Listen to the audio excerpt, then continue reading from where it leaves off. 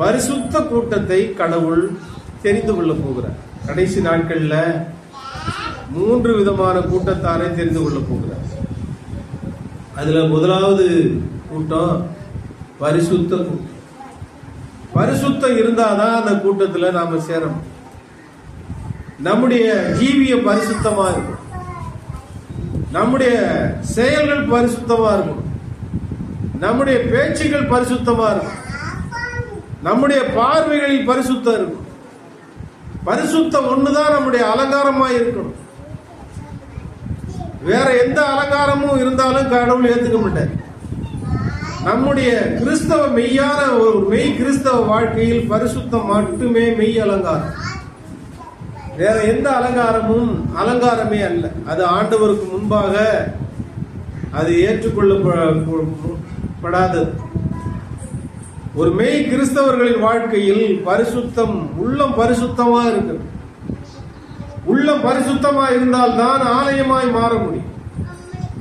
உள்ளம் பரிசுத்தமா இருந்தால் தான் ஆண்டவர் தங்க முடியும். ஆண்டவர் தங்கினால் தான் ஆலயமாய் மாறும். ஆண்டவர் நம்முடைய உள்ளத்துல இருந்து நாம் ஆலயமாய் மாறினால் உலகத்திற்கு நாமே நடமாட ஆலயமாய் இருக்கிறோம்.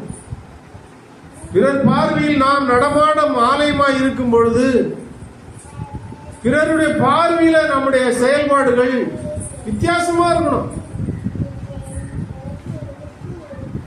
ஒரு மனிதனுடைய உள்ளத்துல கடவுள் இருந்தால் அது வெளிப்படும், சாயலில் வெளிப்படும், பேச்சால வெளிப்படும், செயலால வெளிப்படும்.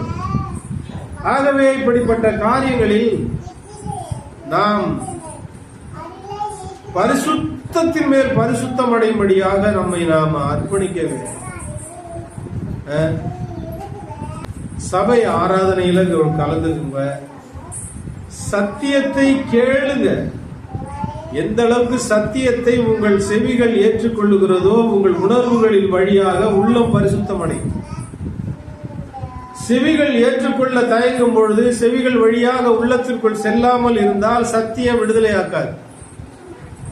செவி சாய்த்து சத்தியத்தை கேட்கும் பொழுது உள்ளத்துக்குள் ஊடுருவி சென்று உள்ளம் பரிசுத்தம் அடையும், உணர்வுகள் தூய்மை அடையும். ஏனோதானம் என்று கேட்கக்கூடாது. சத்தியம் செல்லுவதற்கு இடமளிக்காமல் இருக்கிறார்.